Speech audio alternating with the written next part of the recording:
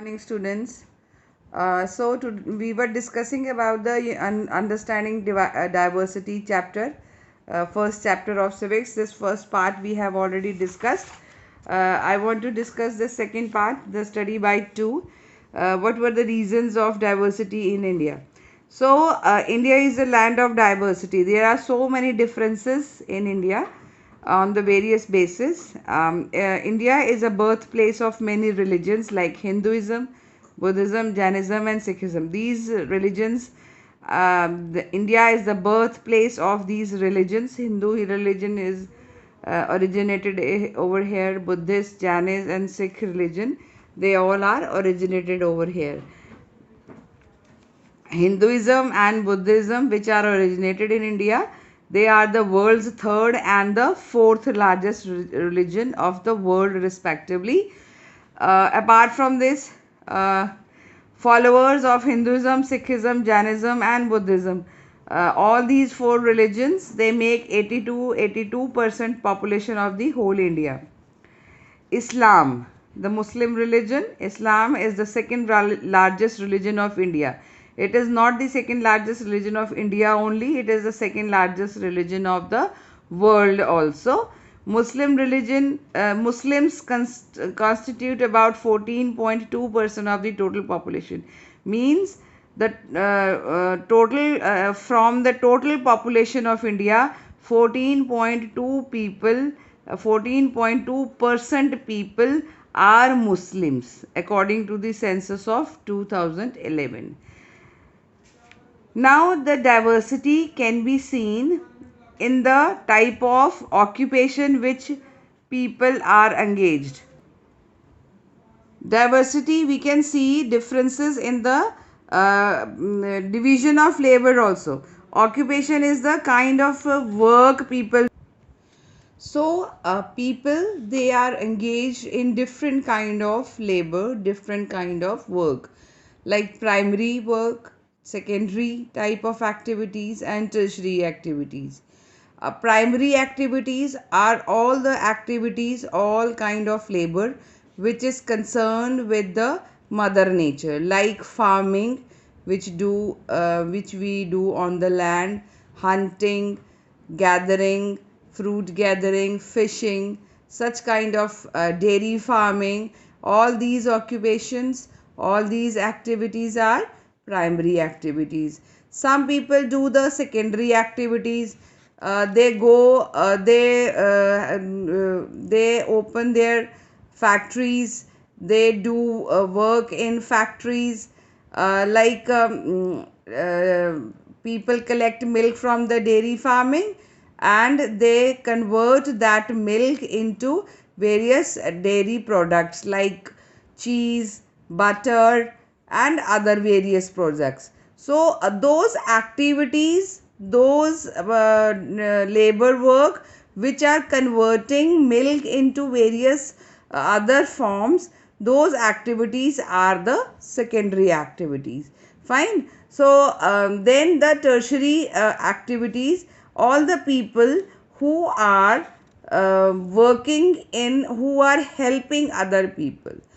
Helping other people, like I am teaching you, I am giving you the knowledge about the different kind of activities. So I am working as a, I will come under tertiary activities. Policeman is helping, doctors are helping the society, postman is helping the society. So all such kind of people who are not producing anything, like in primary activities people are producing something, like they are producing a certain kind of crop, or they are getting milk from the animals, or they are fishing and getting the fish. And in secondary also they are producing something in their factories. But in tertiary activities we are not producing anything, but we are helping others. Maybe we are helping the people of primary activity, or the people of secondary activity people, or the other society people. So all those people, they come under the tertiary activities. So we can see the diversity in the type of work which people do. Now, next diversity is the linguistic diversity. Linguistic diversity is the differences on the basis of language. Language, people speak various languages. Fine. You, even if we talk about you, you speak Hindi, you speak Punjabi, and little bit of English also, I think, है ना? So different people speak different languages wherever they are residing. They are speaking their languages. Like in Punjab, we are speaking Punjabi. In Kashmir, they are speaking Kashmiri. In you can say in Gujarat, they are speaking Gujarati. In Maharashtra, they are speaking Marathi. So different people have own their languages. Like in our country, we have 22 national languages. In India, Indian Constitution has recognized 22 languages which are specified by the constitution. So we can see linguistic differences in India. Then we have differences on the basis of art and literature also. Art and literature, there is a difference in art and literature also. What is the difference of art and literature? Means the style of painting and writing also. See, the way of painting. If you have seen that Rajasthani people, they used to paint their houses, but we are not in habit of painting our houses. So the art and literature of different parts of India is different. So this art and literature is influenced by the people of that particular religion. As I told you just now, that Rajasthani people, they are very fond of decorating their houses. They decorate their house with different paintings from outside, but we people don't decorate it with paintings from outside. Fine. So art and literature is also different of different regions. Then we have geographical differences also. Geography of a particular place very important role in shaping the art, custom, and the way of life that of people of people which are living in that particular part of India. Like for example, the person who is living in mountainous area, his or her art will be different, his way of life, his occupation will be quite different from the person who is living in a desert area, because the way of living, the eating habits, the crops, the weather conditions will be quite different from both of the areas of a mountainous area and a desert area. So the geographical conditions plays a very important role in shaping the art, custom, and the way of life and the occupation of various places of India. Now there is one very important difference in our family which we can see, that is the joint family and nuclear family. What is this difference? Many of you must be living with your grandparents. If you are living with your grandparents, your bade papa, bade mama, ताऊ जी, चाचा जी, बुआ जी. So it means you are living in a joint family. A joint family is a huge family in which parents, children, their spouses, offspring, they all live together. And the eldest member of the family is the head of the family. Now, who is this eldest member in the family? So, the grandfather or the great grandfather in some cases is the eldest member of the family. Fine. Because grandfather we take as the eldest member, because our society in India is a patriarchal society. Patriarchal society means father is considered as the head. Fine, father is considered as the head. So everything is decided by the male partner or the male member of the society. So grandfather is the head of the eldest head of the family, and all the important decisions are taken by him. In the cases, if there is if grandfather is not there, then grandmother is there, then eldest member will be the grandmother. So grandmother is taking all the decisions. But in normal cases, if we will be talking, if the question is there, then who is taking the important decisions of the family, then the answer will be the grandfather. Fine. Then the other one is the nuclear family. Nuclear family is the family in which only the father, the mother, and the children are living. Grandfather and grandmothers are living in the village, and the father and mother with the children, they are living in the city. So the father, mother, and two children who are living in the city, that family is a nuclear family. The grandfather and the grandmother who are living in the village alone, that is a nuclear family. Fine, you got this? Understood? That the father and mother with the two children who are living in the city, that family is nuclear family. Fine. Now, what is the effect of diversity on our life? First one is the diversity enriches our life. It enriches our language, means it improves our language. It gives something new to our language. The language, like I want to give you one example, like the language which you speaks nowadays, it is a mixture of so many of the languages. It's a mixture of Hindi, it's a mixture of Urdu, Hindi, Punjabi, and English languages. So this the diversity, it's add up to your languages. Architectural, we have adopted in your higher classes, you will come to know. We will read in our chapters. Just over here, I'm just giving you one of the example that we have adopted the Greek sculpture of architect. So we have we learnt how to make the dome. You must have seen the domes on the gurdwaras, on the mosque, and the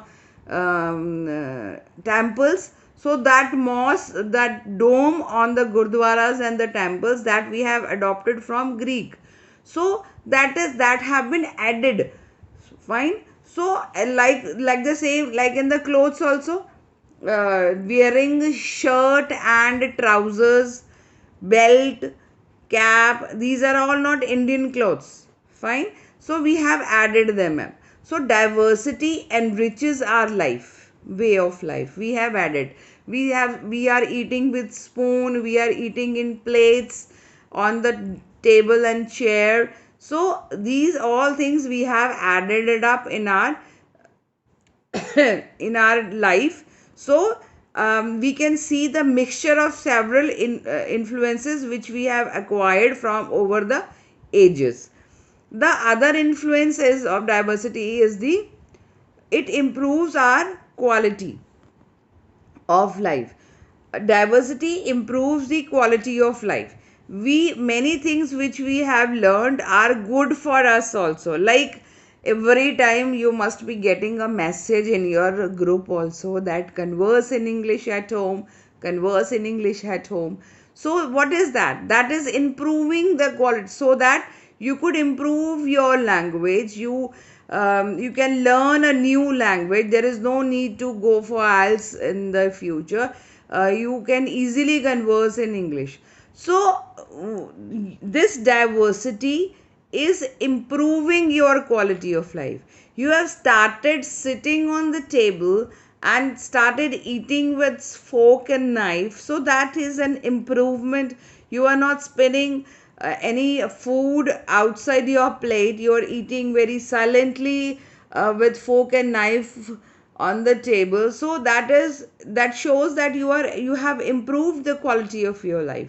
You are very disciplined, and you have changed your attitude. You have shown your differences. You have brought a difference in yourself. So these diversities improved the quality of our life. Now, India, land of unity and diversity. This is a very important topic. India is a land of unity and diversity. Again and again, this word will come in our life. Unity and diversity. Being a very diverse country, India is unite. We have number of languages, we have number of geographical conditions, we have number of occupations, we have number of religions. Even then, India stands unite in the world. India is a very unique country.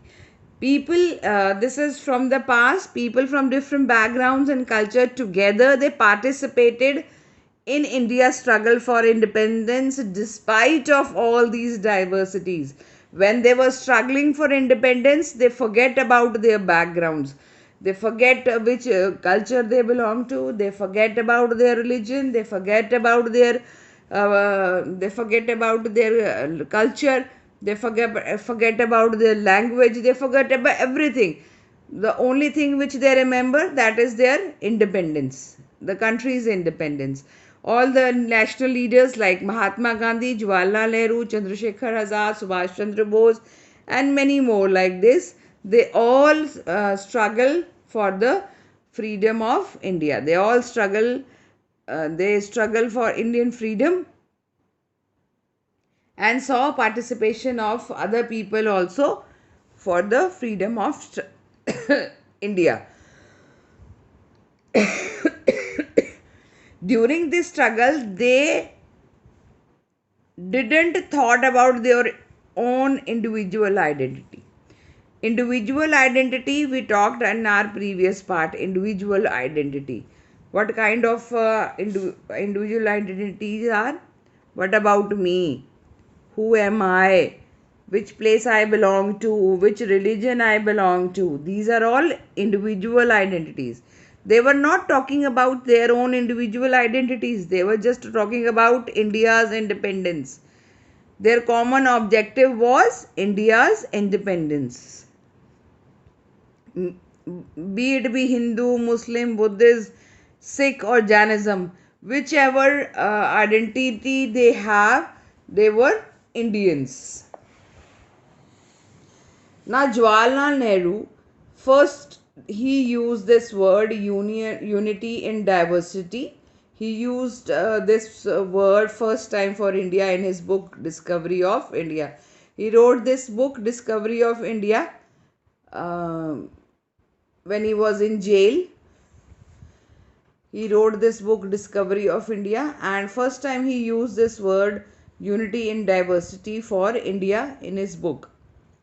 So modern India present perfect picture of unity in diversity, because when you are sitting in a restaurant, when you are standing in a shop, you don't know who is standing next to you.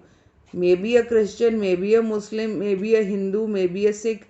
So that shows the perfect unity in diversity. You don't know which faith he belongs to, that is, but unitedly you stand in that shop, unitedly you go for that. You are sitting in that restaurant and eating the same pizza, sharing the same, maybe sharing the same cinema hall. So unitedly you stand for India. So India is stand in unity in diversity.